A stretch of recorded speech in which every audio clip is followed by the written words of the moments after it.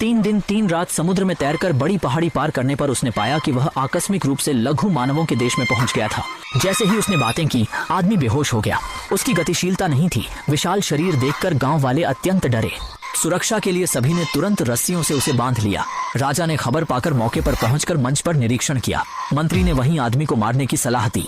भविष्य में अनावश्यक समस्याओं से बचने के लिए जब राजा निर्णय लेने में संकोच कर रहे थे, तभी आकाश में भारी बादल छा गए और तेज बारिश होने लगी।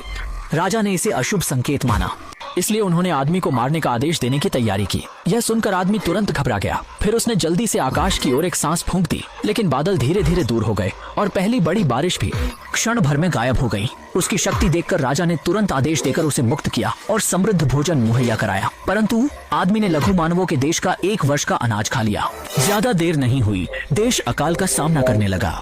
उसी समय भूखा आदमी अचानक खड़ा होकर जंगल की ओर चल पड़ा। उसने बड़ी पेड़ पकड़ी। इसके बाद उसने हैरान आंखों के बीच बंजर भूमि काटी। फिर टोपी लेकर समुद्र किनारे आया और आसानी से लघु मानवों के देश हेतु कई सालों तक पर्याप्त भोजन लाया। लोगों ने झुककर पूजा कर आशा जताई कि मनुष्य यहीं रहे, पर उसका उद्देश्य पत्नी ढूंढना था। उसने राजा से नाव बनाने की मदद मांगी। राजा ने सुनकर कहा, कोई समस्या नहीं, शर्त थी कि आदमी आक्रमणकारियों को नष्ट कर उसकी पत्नी से जल्दी मिले। आदमी ने सहमति दी। 2 साल आधे समुद्र तैरने के बाद वह उनके सामने पहुंचा। बिना शब्द कहे दुश्मन के युद्धपोत को खींच लिया। राजा ने अचानक हमले पर सैनिकों को तुरंत हमला आदेश दिया, लेकिन शक्तिशाली हथियार काम नहीं आया। हमलों से आदमी पर सूती पर वार जैसा लगता। बेचैन होकर वे उसे युद्धपोत खींचते देख सकते थे। विजय प्राप्त कर छोटे राज्य लौट आया, जहां राजा ने उसे पदक दिया। उसे शहर में स्वतंत्र प्रवेश और कुलीनों के सम्मानित व्यवहार का आनंद मिला। जल्द उसने सोचा कि प्रतिष्ठा उसके से अधिक हो गई। पछतावा किया। सिंहासन असुरक्षित होते ही उसने अपने शासक खत्म करने का निर्णय लिया, पर महल में उसी समय अचानक आग लग गई, जिससे राजा और रानी फंस गए। संकट में आदमी ने पानी से घूंट लेकर आग पर गोली चलाई और उसे बुझा दिया, जिससे राजा जनता के सामने शर्मिंदा हुआ। इसलिए तुरंत भेजने का फैसला किया। एक मंत्री तेजी से दौड़कर आया। आदमी ने खबर फैलाई। इस कदम से उसने असहाय महसूस किया। उसने राजा की प्रतिद्वंद्वी खत्म और जान बचाई थी, फिर भी राजा उसका ऐसा व्यवहार कर रहा था।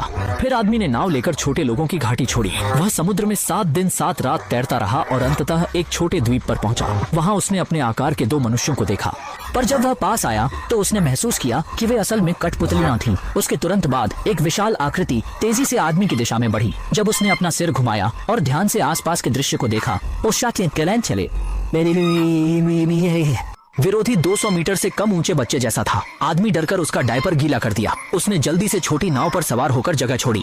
एक छोटी लड़की ने मनुष्य और नाव पकड़कर राजा को उपहार दिया। वह खुशकिस्मत था कि उसने यहाँ अपनी पत्नी पाई और सामने वाला विशाल उन्हें परेशानी नहीं देगा। उन्होंने उनके लिए विलासी विला तैयार किया। अगले दिन राजा ने उस आदमी को शतरंज खेलने के लिए बुलाया। ऊंचे शतरंज के टुकड़ों के बीच आदमी हर चाल में मेहनत महसूस करता।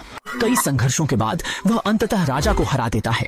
राजा अपना चेहरा खोते हुए उस आदमी को पिंजरे में बंद करने का आदेश देता है, ताकि अगले जन्म में वह अधिक समझदार हो। राजा ने सदी भूखे मगरमच्छों को छोड़ने का आदेश दिया। एक आदमी बचने की कोशिश करता रहा, पर अब जानता है कि मृत्यु से बचना कठिन, इसलिए उसने दीवार से तलवार निकाली। मगरमच्छ से लड़ने की कोशिश की, लेकिन सामने वाले की तेज वार से हार गई। संकट में छोटी लड़की ने आदमी को बचाया और वे तेजी से महल से भाग निकले। राजा ने बड़ी संख्या में सैनिक लड़की पकड़ने भेजे। वे रास्ते में उसका पीछा करते जंगल में आ गए। थक कर छोटी लड़की ने उन्हें नाले में फेंक दिया। आगे क्या होगा, भाग्य तय करेगा। राजा उन्हें जाने नहीं देना चाहता था। उन्होंने बड़ी चट्टान से दोनों को चलने की कोशिश की, लेकिन निशानेबाजी बेकार रही, इसलिए दोनों ने बच निकले। पता नहीं कितना समय बीत गया। दोनों समुद्र में भटककर दूसरी धरती पहुंचे। चट्टान के पीछे से महिला आई। समान आकार और त्वचा देखकर दोनों ने महसूस किया कि वे घर पहुंच गए हैं। उसके बाद वो परिवार के साथ सुखी जीवन जिए।